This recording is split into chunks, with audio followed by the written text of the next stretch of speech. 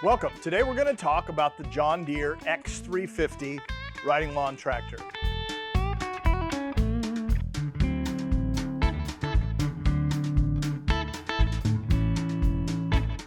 X is going to signify the series that it's in, and 350, which it replaced the 300 model, is just going to tell us kind of some of the features that we have on this particular machine, i.e. the engine and those kind of things. So we'll start at the front, kind of go through this particular machine all the way through. Let's talk about design first off. So design on this machine is very congruent with the rest of the John Deere lineup, in that they've got the very easily identified yellow graphics with the John Deere markings on the side of it. So talking about the grill, got nice open space for air to flow through the front end of this machine. We've got some nicely sculpted headlights on the front end, providing a great nighttime ambient lighting so that we can see and mow in the near dark conditions and after dark. Popping into the engine, one of the real big selling features on this is the machine that has the Kawasaki engine. A lot of machines in our lineup are going to have it after the X350 and on up, but this is where we started with that the X series lineup.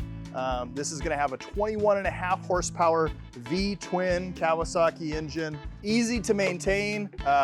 It's got a nice pull tab just so I can open up and get right into my air filter. That air filter's got a thumb screw on it, so it's easy to take off and replace, easy to take and maybe blow out if I needed to. I've got an oil dipstick where I can check my fluids. That's also going to be where we add our oil when we're doing our oil changes. Right underneath that, you're going to see a conventional oil filter, very simple in design, on and off, so easy maintenance, easy oil change. You've got an inline fuel filter running the back of the engine between the engine and the actual battery, and then we've got the battery located right behind that. Very simple. A couple of notes. So you can see the wiring harness here that's easily exposed. You're also going to see a couple of unused plugs. Those plugs are actually there because this machine is pre-wired for some accessories. And so if I wanted to add like one-touch mulch control or something like that, which automatically opens and closes with a switch, the actual machine is pre-wired for that already. On the back side of the hood, you're gonna see all of our periodic service intervals. Obviously that information can be pulled right from your owner's manual, but we have it available right here. Easy to see, easy to read chart right there on the back of the hood. Moving along to the side of this machine, X350 can be equipped with 2 different deck sizes. And so this particular machine is operating with a 42-inch deck. So that's the smaller of the two. 42 obviously designates the cut width. It's not the overall width. You're actually probably about 44 inches overall width. And then we're a little wider because this one does have the material collection system on it. So nice gigantic opening on the 42-inch deck. That's going to add to increased airflow, better cut quality. I tell my customers when they're actually looking at different machines, this one does, I think it's probably, I'm going to put it up there. I'm just going to say it. I think it's the best cut quality that we offer. This 42-inch deck, mated with that engine, the blade speeds are incredible. It pushes the material out, disperses the material very nicely. So even without a bagging system, just looks impeccable on your lawn. Can't tout that enough. That's gonna be a 12-gauge steel deck on this particular one. If you jump into the 48-inch deck, that's going to have the 10-gauge steel deck. It's also going to have adjustable caster wheels, so I can have those anti-scalping wheels adjustable on these. These are adjustable as well, but they're not toolless. Moving along, we have the twin touch pedal system. So X series mowers are gonna have the twin touch pedal system. Again, just easily pressing forward on the forward pedal to go forward, backwards to go backwards. Very simple, great design, lessens foot fatigue when I'm using it for long periods of time. Right above that, I've got my park brake engagement. So I have the park brake. On the same right side, we have the lever for park brake engagement and release. So very simple to do. Press in, pull up, that will lock the park brake, press in, push down, that will release the park brake, and so that I can go out and mow. Got a standard ignition on mostly. This is gonna look very familiar across all of our lawn tractors. First key switch up is gonna turn on the lights. Second key switch up is just the regular running position. You're gonna have a spring-loaded action when we actually start the machine, and that will kick back just regular to the run position. If I wanted to have my lights on while I'm running it, I just kick that key one more time back when the machine is running, and that will allow the lights to go on, and then it's got the stop feature, just turn it off and it's done. We've got the electronic PTO control, so all I have to do is pull up on the lever, and that will engage the blades as long as I'm in the seat, and that will turn your blades on. Very, very simple electronic PTO control.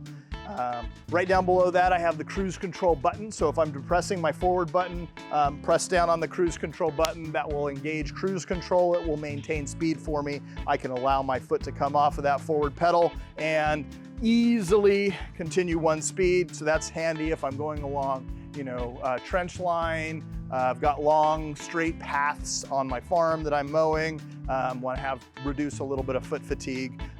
There it is. Cruise control is awesome on there. On the other side, I've got my throttle controls, so turtle to go slower, rabbit to go faster to increase the RPMs there. Generally, we mow in the upper echelons of the RPM levels. We have a nice digital instrument cluster that displays our RPMs on it, and it also shows you there's a green tab for when I'm actually up to enough RPM to engage those blades. And that's where we want to stay in when we're mowing. The next lever right next to it is a spring-loaded choke lever. When I'm using that in cold conditions or, kind of first start of the day conditions, just push up, start the engine, let go. The spring will actually take you right back to the start position, and you can continue on. So nice, easy, spring-loaded position. Down below, the yellow button, I think this is probably the most confused button on this particular machine because it does not say anything around it, but that is the mow in reverse button. So I have to press that when I'm going to mow in reverse. So if I want the blades to continue to go, I press that button, and that will allow me to have the blades continue to go. Of course, check your surroundings before doing that.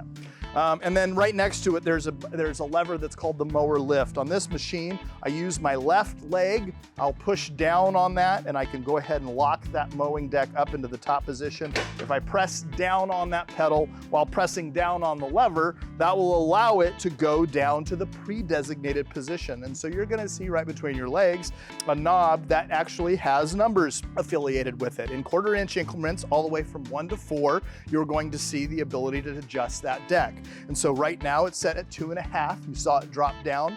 I'm gonna go ahead and lift it back up. This is just the regular storage position. So this is nice when I'm going back into the garage, just wanna raise that deck all the way up. No, I'm not gonna hit anything. And so I can lock that mower deck up. We've got a nice 15-inch high back seat on this particular one. You're gonna see a nice, wonderful opening. Lots of holes back there, so water's not going to accumulate on this seat. We do have the ability to tilt it up, and so that materials and all that kind of stuff doesn't collect on the seat, which is also very nice. Underneath of it's got a seat switch. So if I was to fall off the machine or jump off the machine while the mower blades are still going, it will kill the mower blades so that it's a safety feature. Right down below, I have the ability to move that seat forward and aft. All I have to do is pull the silver lever in towards the center of the machine, and that will allow the seat to become fully adjustable. Speaking of adjustments, on the back side of this machine, I also have springs that I can adjust for different weights. And so very easily adjustable. I can move those forward and aft depending on if I had a large turkey meal or not. If I don't eat a lot, I'm gonna go ahead and move those forward. If I've decided to gorge myself at Thanksgiving, I'll go ahead and shift those springs to the rear, and that will adjust, kind of the feel of the spring. Additionally, you're gonna have a deck leveling kit that's underneath this seat. The deck leveling kit is used in conjunction with a couple of holes on the side that will allow me to set the level of the deck. If you're purchasing this machine from Papé Machinery, part of our pre-delivery inspection, our PDI, is to go through and set the level of the deck. Of course, if I was to add a bagging system or a material collection system to this machine, you'd probably want to readjust the level of the deck because there's going to be a little added weight to the right-hand side. So those tools will help you do that. The instructions for that are in the manual, very, very easy and simple to do. It's nice that John Deere has included that inside of the kit. All right, let's talk about the fuel fill. So fuel fill on this, we've got about 3.3 gallons of fuel capacity on this machine, which is a great fuel capacity for longevity and using this machine for a long time. As you can see, we've got some very, very nice tires on this machine. They're pretty decent size. They give you a lot of cushion. We've got the 20 by 8 by 8s in the rear, and then in the front, we've got the 15 by 6 by 6 in the front. So nice size on these particular tires, gives you a little bit of more suspension. Let's talk about some of the accessories that we can add to this particular machine. So I could add that front brush guard. So if I know that I'm gonna hit a lot of things, I can add that nice big front brush guard that will protect the lights in the front of this. As you can see, material collection systems can be added to these machines. Generally very easy to install. I think one of the hardest things to install on there is the extra set of blades that you're gonna get. The blades are the high lift blades that will push the material up on the 42-inch deck.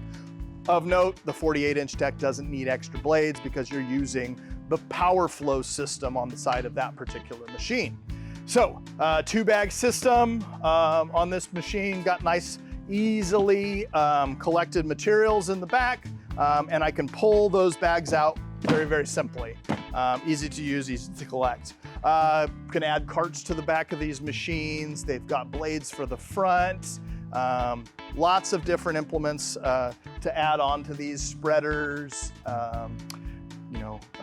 dethatching units that you could pull behind. The sky's the limit on these things. They'll do a great amount of work for you. Speed-wise, we're talking about 5.5 miles an hour. We've got the K46 transmission in the back of this guy.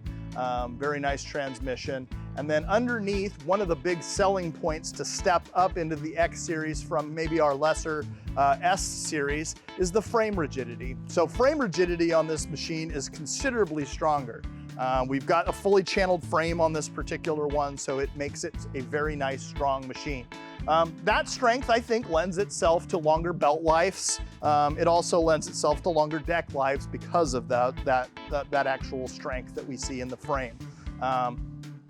Additionally, the spindles on the deck are actually, they've got grease zerks right on the side, so they're very, very easy to access. So all I have to do is lift up some spring-loaded side panels on there, and then I can go ahead and grease up the zerks. Very, very simple and very easy to use. The fronts have also grease zerks, so the front steering mechanisms also have grease zerks on them so that you can grease those fronts as well. So the warranty on this machine is a 4-year warranty up to 300 hours. So very nice warranty on there. Of course, we can add warranty with our Power Guard extended warranty services. But right out of the gate, John Deere backs it up with a very, very strong 4-year warranty. If you've got any questions on these machines, we'd love to answer them for you. Thanks for joining us today. This has been the John Deere X350.